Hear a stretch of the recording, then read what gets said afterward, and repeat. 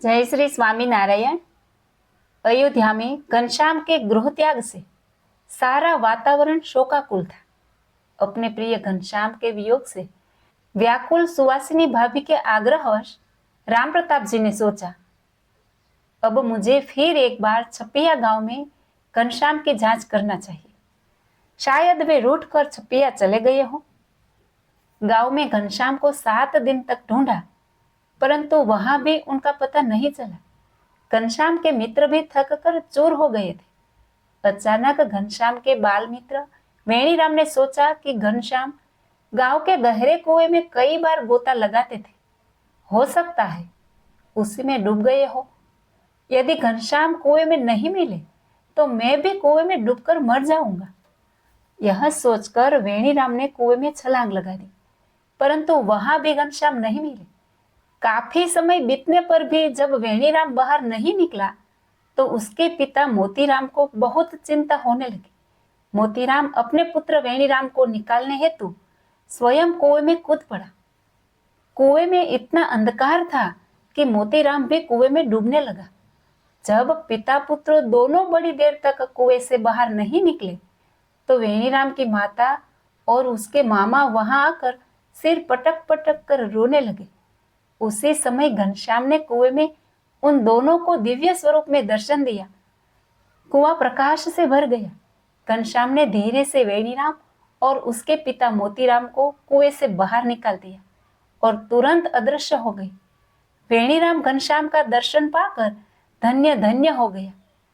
घनश्याम का एक अन्य मित्र रघुनंदन था। वह वणिक पुत्र था। उसने घनश्याम को 7 दिन तक खोजा।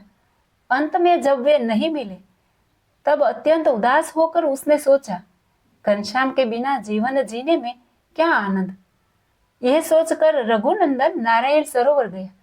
वहां एक पेड़ के नीचे बैठकर घनश्याम का ध्यान किया और ध्यान करते ही विरह वेदना में उसने अपनी देह का त्याग कर दिया। जब वह शाम तक घर नहीं आया तब उसके माता पिता चिंतित हो गए। वे राम प्रताप जी को लेकर उसे खोजने निकले। वैसे भी राम प्रताप जी घनश्याम के न मिलने पर दुखी थे। उस पर घनश्याम का मित्र रघुनंदन खो गया तो वे बहुत दुखी हुए। सभी मिलकर नारायण सरोवर की ओर रघुनंदन को खोजने निकल पड़े। तीनों का दुख देखा तो उसी क्षण हनुमान जी प्रकट हुए। उन्होंने आकाशवाणी के रूप में जानकारी दी कि आपके छोटे भाई तो वन में तप करने गए हैं।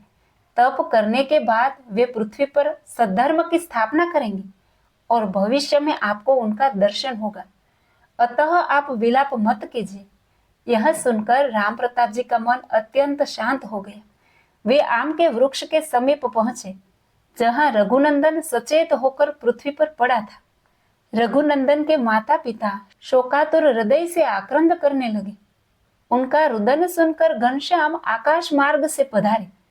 उन्होंने दिव्य स्वरूप में प्रकट होकर रघुनंदन को पुनः जीवित किया और उसे उठाकर कहा, रघुनंदन, मैं कहीं नहीं गया हूं। तुम जब भी मेरा स्मरण करोगे मैं शीघ्र उपस्थित रहूंगा। अब इस तरह प्राण त्याग कभी नहीं करना। तत्पश्चात घनश्याम रघुनंदन, उसके माता पिता एवं राम प्रताप भाई को दिव्य दर्शन देकर अदृश्य हो गए। नीलकंठ विचरण करते हुए लोधेश्वर पधारे। यहाँ पर लोधेश्वर महादेव का मंदिर है और लोधेश्वर नामक सरोवर भी है। सरोवर में स्नान करके नीलकंठ ने महादेव जी के दर्शन किए। मंदिर में रात्रि निवास करके जेतपुर तथा फतेहपुर होकर नैमिषारण्य आए। खेरीलापुर आए। नैमिषारण्य में चक्रतीर्थ नामक सरोवर है।